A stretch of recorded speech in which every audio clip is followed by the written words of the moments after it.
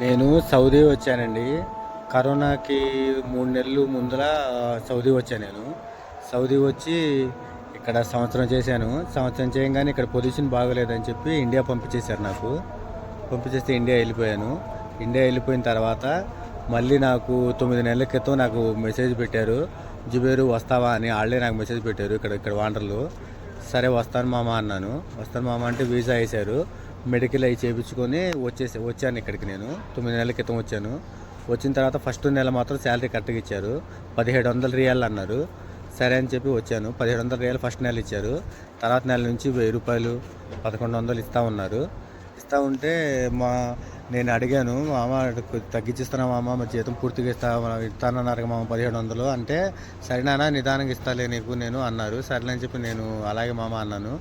తర్వాత మళ్ళీ మా బక్రీద్ పండగకి డబ్బులు అడిగా. నేను డబ్బులు అడిగి ఇట్లా నాకు డబ్బులు కావాలి మామ, లేకపోతే నేను పని చేయలేను, ఈ నెల డబ్బులు పాత 2800 నాకు మొత్తం డబ్బులు కావాలి మామ, పని చేయలేను, లేకపోతే నేను ఇండియాలో మా అమ్మోళ్ళు ఉన్నారు కదా, వాళ్ళు తినాలి కదా, అన్నం గిన్నం తినాలి కదా, తినపోతే ఎలా మామ, నేను ఎలా ఇక్కడ దాకా వచ్చి ఎందుకు పని చేసేది అని నేను రూమ్కి వెళ్ళిపోయి నేను పని చేయను మామ అని చెప్పి రూమ్కి వెళ్ళిపోయాను. రూమ్కి వెళ్ళిపోతే వాళ్ళ అబ్బాయి వచ్చి నన్ను కొట్టి, నువ్వు పని చేయాల్సింది ఇక్కడ, పని చేయకపోతే నేను చంపేస్తాం అది ఇది అని చెప్పి బెదిరించారు. ఇక తప్పదులే అని చెప్పి మళ్ళీ పని చేశాను. మా అమ్మ ఇలా నాకు మళ్ళీ జీతం కావాలంటే వచ్చే నెల ఇస్తా బాబు అంది. సర్లే అని చెప్పి వచ్చే నెల ఇస్తారని చెప్పి నేను పని చేశాను.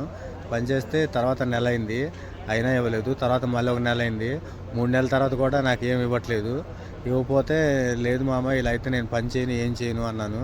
అంటే సర్లే అని చెప్పి నేను రూమ్కి వెళ్ళిపోతున్నా మామ అని చెప్పి తాళం ఆమెకి ఇచ్చేసి ఆ వీడియో తీసుకొని, ఆ తాళం ఇచ్చిన వీడియో తీసుకొని నేను రూమ్కి వెళ్ళిపోయాను. రూమ్కి వెళ్ళిపోతే ఆ నైట్ వచ్చి నన్ను కొట్టుకుంటూ అక్కడి నుంచి తీసుకొచ్చేసి రూమ్లో బంధించారు. వాళ్ళ ఇంట్లో రూమ్లో 5 రోజులు అన్నం గిన్నం ఏం పెట్టకుండా రూమ్లో పెట్టేశారు. రూమ్లో పెట్టేస్తే ఇక నేను సర్లే అని చెప్పి రూమ్లో ఉండిపోయి అట్టగొట్ట పని మనిషి వస్తే పని మనిషి కొద్దిగా తలుపు తీవా దొడ్లోకి వెళ్ళాలని చెప్పి గబక్కని తోసుకొని ఇక బయటకు తలుపు తీయంగానే తోసుకొని బయటకు వచ్చి పారిపోయి వచ్చాను. పారిపోయి వచ్చి ఇక్కడ ఉంటున్నా నేను వచ్చి 10 రోజుల నుంచి 13 రోజులైంది. వాళ్ళకి తిండి లేదు, ఏమీ లేదు, మంచినీళ్ళతో బతుకుతున్నా, ఉట్టి మంచినీళ్ళతో 13 రోజుల నుంచి ఉట్టి మంచినీళ్ళతో బతుకుతున్నా. అక్కడ అట్టాగే మా ఆవిడేమో అక్కడ ఉమెన్ వెళ్ళింది. మా ఆవిడని కూడా ఒక ఆమె 1,00,000 రూపాయలు తీసుకొని పంపిస్తే అక్కడ మా ఆవిడ పొజిషన్ కూడా బాగలేదు. మెహరూనిసా మా ఆవిడ పేరు. మా ఆవిడ వెళ్ళి 3 నెలలు 4 నెలలు అవుతుంది. అక్కడ ఆమె కూడా జీతం లేదు, ఏమీ లేదు, భోజనం కూడా లేదంట. ఆమెను చాటిస్థానంగా ఏడిపించేస్తున్నారంట. అక్కడ ఆ ఆఫీస్ అని ఈ ఆఫీస్ అని ఆఫీసులో తిప్పుతున్నారంట. నెల పని చేయించారు. దాని తర్వాత ఆఫీసులో తీసుకొచ్చి ఆ ఆఫీసులో మార్చి వైఫై ఇవ్వట్లేదు, ఏమి ఇవ్వట్లేదు, తిండి పెట్టట్లేదంట. ఒక పూట భోజనం పెడుతున్నారంట, అది కూడా తిడుతున్నారంట, కొడుతున్నారంట. మా ఆవిడ పొజిషన్ కూడా బాగలేదు. కొద్దిగా మాకు ఇండియా వచ్చేలాగా హెల్ప్ చేయండి సార్, మీకు దండం పెడతాను సార్. మా ఆవిడ కూడా కొద్దిగా బాధల్లో ఇరుక్కుంది, నేను ఇక్కడ బాధల్లో ఇరుక్కున్నాను.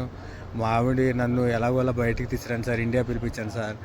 అంతే మీకు కృతజ్ఞత ఉంటుంది సార్, మాకు పిలిపించాను సార్. మాకు బాగలేదు సార్, 13 రోజుల నుంచి భోజనం చేయలేదు సార్, నేను ఉట్టి మంచినీళ్ళతో ఉంటున్నాను సార్. నేను ప్లీజ్ సార్ నన్ను హెల్ప్ చేయండి సార్, ఇండియా తీసుకురండి సార్, ప్లీజ్ సార్.